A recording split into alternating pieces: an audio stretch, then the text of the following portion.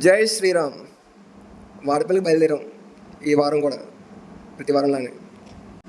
Bus, అక్కడి నుంచి auto మా ఫ్రెండ్కి వెళ్ళడానికి. మా ఫ్రెండ్ రాయ్ అని చెప్పి ఉంటాడు రాజమండ్రిలో.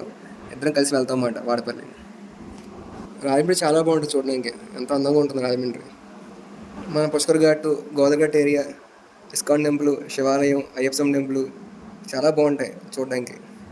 కాటన్ దొరగారు కలిసి ధవళేశ్వరం బ్యారేజ్ స్టార్ట్ అయ్యామన్నమాట, నేను మా ఫ్రెండ్. కాటన్ మ్యూజియం ఉంటుంది స్టార్టింగ్లో, బ్రిడ్జ్ ఎక్కే ముందు.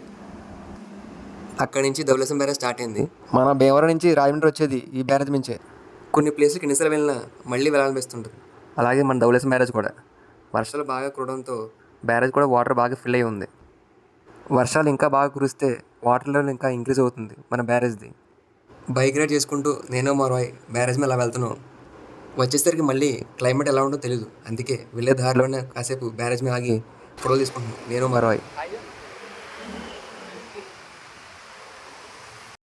ఈ రూట్లో వెళ్ళినప్పుడు మ్యాక్సిమం బ్రిడ్జ్ పైన కాసేపు ఆగి వెళ్ళేవాడిని. ఎప్పుడు వెళ్ళినా బ్యారేజ్ మీద కొంచెంసేపు ఉంటే చాలా బాగుంటుంది.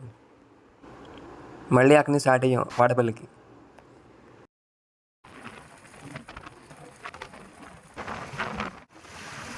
మన గోదావరి అంతలో ఉన్న వల్ల మన గోదావరి జిల్లాలు ఎప్పుడు అందంగానే ఉంటాయి. మన ఈస్ట్ వెస్ట్ గోదావరిలో గోదావరి బాగా చూడగలిగేది రాజమండ్రిలో మాత్రమే. రాజమండ్రి చాలా బాగుంటుంది గోదావరి. మన బొబ్బర్లంకలో ఆంజనేయ స్వామి గారిని కలిసి నమస్కారం చేసుకుని బయలుదేరాం. డబ్బులు బాగా వస్తాయని చెప్పి మనలో చాలామంది వ్యవసాయ భూముల్ని ఇళ్ల స్థలాలుగా మార్చుకుంటున్నారు, కొంతమంది చెరువుల కింద మార్చేస్తున్నారు. ఆల్రెడీ మన వెస్ట్ గోదావరి చాలా వరకు చెరువుల కింద మారిపోయింది.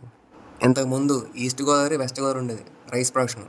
ఇప్పుడు చాలా వరకు ఈస్ట్ గోదావరి మాత్రమే ఉంది రైస్ ప్రొడక్షన్. ఆక్వా ప్రొడక్షన్ అంటే మన భీమవరమే, వెస్ట్ గోదావరి. ఇప్పుడు మన ఈస్ట్ గోదావరిలో స్టార్ట్ అయింది. పంట పొలాలని చెరువుల కింద మార్చేస్తున్నారు. దేశాన్ని కాపాడే సైనికులకి, అందరి కోసం పంట పండించే రైతుకి, ఆ భూమాతకి మనం ఎప్పుడు రుణపడి ఉంటాం. మన గోదావరి పక్కన ఉండే ఈ రోడ్డు చూడడానికి చాలా బాగుంటుంది. వెళ్ళే దారిలో మన అల్లూరి సీతారామయ్య గారి జయంతి సందర్భంగా బ్యానర్ కట్టారు సెంటర్లో, మన ఆత్రేయపురం సెంటర్లో. ఇంకా ఇక్కడి నుంచి లెఫ్ట్ తీసుకుని స్ట్రైట్గా వెళ్ళిపోవడమే మన పొలాల్లోంచి. ఇంకా అలా సైడ్కి వస్తామన్నమాట మన గోదావరి గట్టు పక్కన ఉన్న రోడ్డు నుంచి. ఈ రోడ్డు మన గుడి పక్కన ఉన్న గోదావరి వరకు వెళ్ళిపోతుంది స్ట్రైట్గా వెళ్తే. గోదావరిలో కాలు కడుక్కుని కాసేపు స్వామివారి ఆలయానికి బయలుదేరాం. ఎప్పటిలానే ప్రతి శనివారంలానే ఈ శనివారం కూడా జనం చాలామంది వచ్చారు స్వామివారి దర్శనం కోసం.